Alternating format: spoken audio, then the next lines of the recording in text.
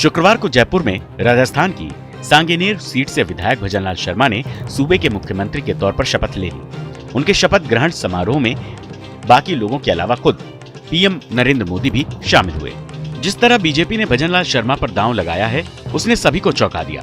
भजनलाल शर्मा के सीएम बन जाने की उम्मीद तो शायद उनके कट्टर समर्थकों को भी नहीं होगी, लेकिन जब वसुंधरा राजे सिंधिया को दी गई पर्ची में भजनलाल का नाम निकला तो हर कोई हैरत में पड़ गया। अब सवाल ये है कि आखिर भजनलाल शर्मा में ऐसी कौन सी खूबी है जिसने उन्हें बीजेपी हाईकमान की आंख का तारा बना दिया।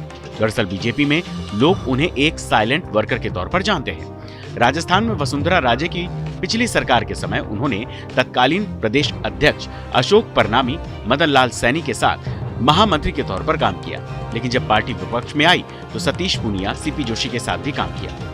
प्रदेश अध्यक्ष बदलते गए, लेकिन उन्हें जो काम सौंपा जाता था उनके डेडिकेशन में कभी कोई कमी नहीं आई। मीडिया रिपोर्ट्स के मुताबिक बीजेपी के प्रदेश अध्यक्ष सीपी जोशी का कहना है कि भजनलाल लंबे समय से पार्टी में काम कर रहे हैं। पार्टी के कामों में इतना लीन रहते हैं कि कई बार तो महीनों तक घर भी नहीं जा पाते। लगातार दौरे करना, हर काम जिम्मेदारी और परफेक्शन के साथ करना उनकी खासियत है। उन्होंने विस्तारक के तौर पर पार्टी का काम शुरू किया। ऐसे गुण हर नेता में नहीं होते।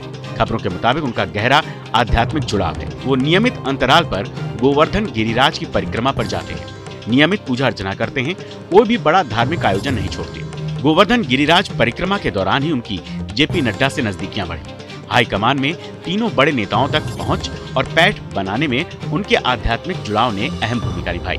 हाल ही में जब उनका नाम सीएम के लिए घोषित हुआ तो वो अगली ही सुबह सांगानेर के सांगा बाबा मंदिर दर्शन के लिए पहुंच गए।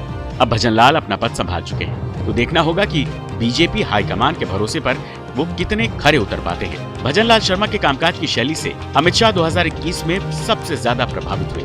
साल 2021 में पश्चिम बंगाल विधानसभा चुनाव में अमित शाह के सहयोगी के रूप में भजनलाल ने काम किया। तब से ही भजनलाल अमित शाह की कोर टीम में शामिल हो गए। अमित शाह उनके काम करने की शैली को पसंद करने लगे और उनकी तरक्की में इसी नजदीकी का बड़ा योगदान रहा। पिछले एक दशक में पार्टी मुख्यालय में वो लगातार सक्रिय रहे।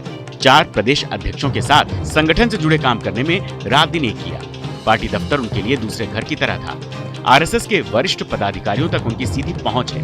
आरएसएस के पदाधिकारियों के साथ समन्वय में भी उन्हें माहिर माना जाता है। बीजेपी में ये गुण हर नेता में नहीं होता। भजनलाल के समन्वय के इस गुण ने भी उन्हें शिखर तक पहुंचने में मदद की। इस बार चुनाव से पहले ही बीजेपी ने साफ कर दिया था कि वो किसी भी नेता को किसी भी राज्य में सीएम के तौर पर प्रोजेक्ट किए बिना चुनाव लड़ेगी। राजस्थान में तो पार्टी के भीतर गुटबाजी किसी से छिपी नहीं है।